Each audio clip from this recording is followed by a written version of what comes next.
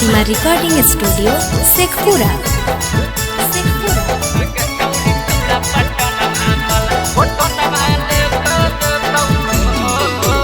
कोमल कमरिया कत्यो उमरिया मुँह गोले गोल गे चौड़ी चीजें हैं याना मोल। कोमल कमरिया कत्यो उमरिया मुँह गोले गोल गे चौड़ी चीजें हैं याना मोल।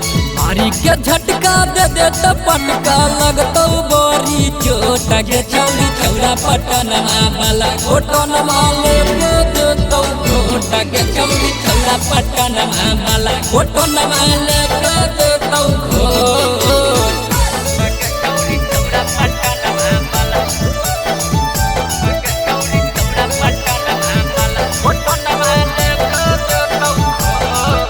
मिक्स बाय शैलेंद्र बाबू।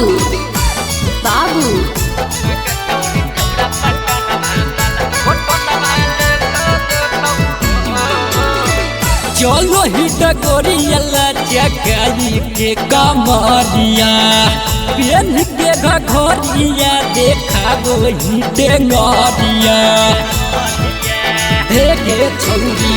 चलो ही डगोरिया चकाई के कमरिया पेन के घघरिया देखा वही डेंगरिया।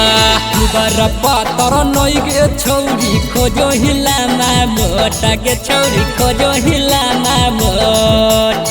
दुबारा पातर नई गे छौरी खोजो हिलाना मोट गे छौरी खोजो हिलाना मोट। एने ओने तो मुँह गे मारनी तोरा में हाकल खोट गे छौरी छौरा पटन वाला घोटन वाले के दे तो घोट गे छौरी छौरा पटन वाला घोटन वाले के दे तो घोट।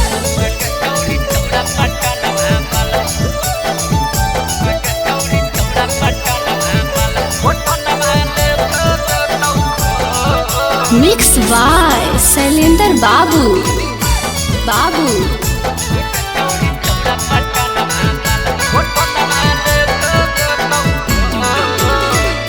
ऊपर छोड़ी के नीचे पीछे देतौ कोरगे हाथी तो बहकल चहकल गरमी झाड़तौ तोरगे।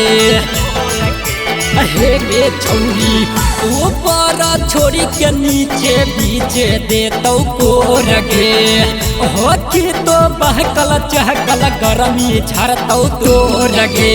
माइनस प्लस सटाई के छौरी सचिनवा करतौ सोट छौरी संतानुआ करतौ सोट।